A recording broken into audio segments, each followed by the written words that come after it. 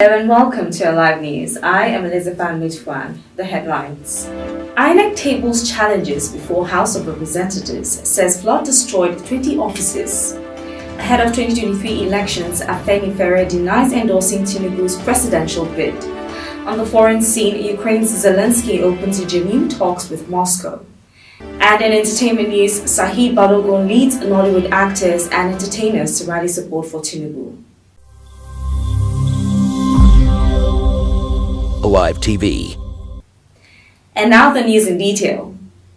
The Independent National Electoral Commission has come out to state the challenges it's facing as it gets ready for next year's polls. Reports state that the INEC chairman, Professor Mahmoud Yakubu, who expressed concerns about the said challenges, told the House of Representatives Committee on Electoral Matters about how badly the recent floods in some parts of the state affected the commission. According to him, the development had forced the Commission to begin searching for new office spaces in new locations in states affected by the flood. The INEC chairman explained that for some of the affected offices, repairs and replacements of damaged equipment would bring them back on their feet, while other affected offices need total relocation. He cited that a request from Jigawa State after the floods was for 3 new office locations to be sorted. Meanwhile, the new predicament of the Commission follows the destruction caused by NSAS attacks in the southeast in 2020 and the insurgency in the north. The Kano State Governor, Abdullahi Ganduje, has resolved the crisis rocking the All Progressives Congress in the state. The development was confirmed by House Leader Alhassan Ado Doguwa on Tuesday. The Kano State chapter of the APC has been battling with a crisis between the lawmaker representing the Tudunwada Doguwa Federal Constituency and the deputy governorship candidate of the party, Murtala Sule Garu. Doguwa, while speaking after the 5-hour reconciliation meeting, confirmed their reconciliation. The Secretary General of Afenifere, Shola Ebiseni, has denied the claim that the socio-cultural organization has endorsed the presidential candidate of the All Progressives Congress, Bola Tinubu. Reports state that the acting Afenifere leader, Chief Ayo Adebanjo, had endorsed the presidential candidate of the Labour Party, Peter Obi, saying that it is the turn of the Southeast to produce the next president.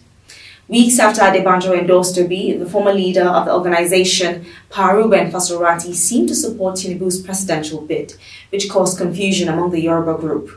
However, in an interview with the media on Tuesday morning, Ebisheni stated that Fasorati did not endorse the APC candidate, but only blessed and prayed for him. He stated that the meeting between Fasorati, some leaders of the organization, and Tinubu held in Akure was in fact not an Afenifere meeting. On the foreign scene, Ukrainian President Vladimir Zelensky said he was open to talks with Russia, but only genuine negotiations that would restore Ukraine's borders, granted compensation for Russian attacks, and punished those responsible for war crimes. A senior advisor to Zelensky said Ukraine had never refused to negotiate with Russia and was ready for talks with its future leader, but not with Vladimir Putin. The comments by Mikhailo Podolyak followed a Washington Post report saying the Biden administration was privately encouraging Ukraine's leaders to signal an openness to negotiate. White House National Security Advisor Jake Sullivan has been engaged in confidential talks with senior Russian officials aimed at lowering the risk of a broader war over Ukraine, according to a source. And in sports news, Aston Villa manager Unai Emery is eager to reconnect with Nigerian international Samuel Chukwueze in his new team. The media reports that the Spaniard managed the 23-year-old forward for 3 years in Villarreal after his arrival from Arsenal in 2020 as the club coach. The Super Eagles player scored 14 goals and provided 15 assists under the Spanish manager. Emery just left the Spanish team Villarreal in order to manage a Premier League team, Aston Villa.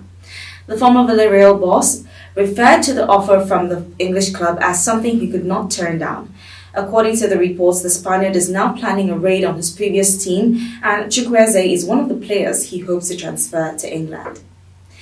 In entertainment news, veteran Nollywood actor Sahid Balogun has led his colleagues and entertainers to rally support for the All Progressives Congress presidential candidate Bola Ahmed Tinubu.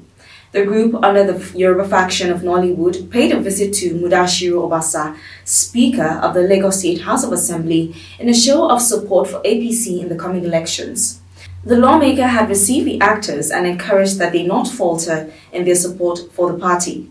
Speaking during the visit, Balogun disclosed the reason he feels Tinubu is the right candidate to become the president of Nigeria.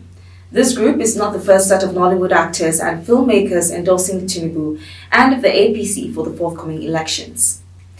And with that, we've come to the end of the news at this hour. But before we go, here's a recap of the headlines. INEC tables challenges before House of Representatives, says flood destroyed 20 offices. Ahead of 2023 elections, Afenifere denies endorsing Tinubu's presidential bid. On the foreign scene, Ukraine's Zelensky opens genuine talks with Moscow. And in entertainment news, Sahid Balogun leads Nollywood actors and entertainers to rally support for Tinubu. Thank you for watching, and I'm Elizabeth Mutfwan. Do have a good day. Alive TV.